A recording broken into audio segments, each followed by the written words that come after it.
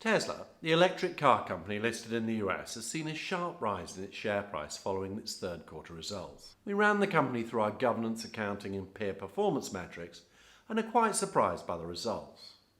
In fact, there were so many points of interest that we've produced a short video for each portion. I must remind you that under Hong Kong SFC regulations, we can't make stock recommendations to the public, and none of what follows should be taken as investment advice. So to deal with governance, Tesla has a supermajority clause.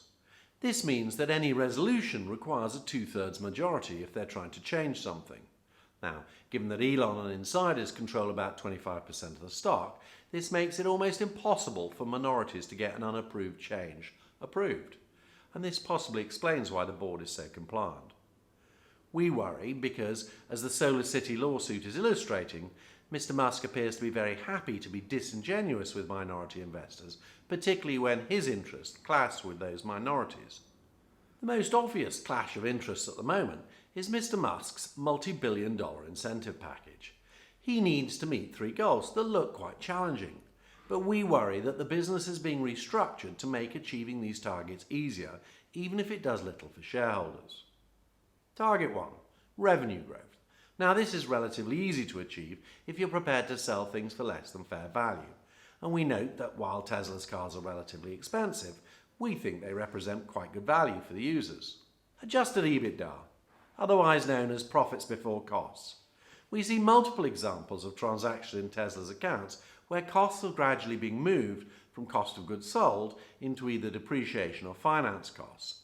This boosts adjusted EBITDA, but leaves net income, which is what matters to shareholders, relatively unchanged.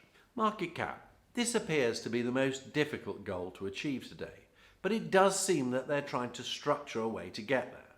The recent convertible looks designed to inflate cash flow while pushing dilution until after the bonus goal. And there doesn't seem to be a dilution clause. A market cap doesn't have to come from a rising stock price.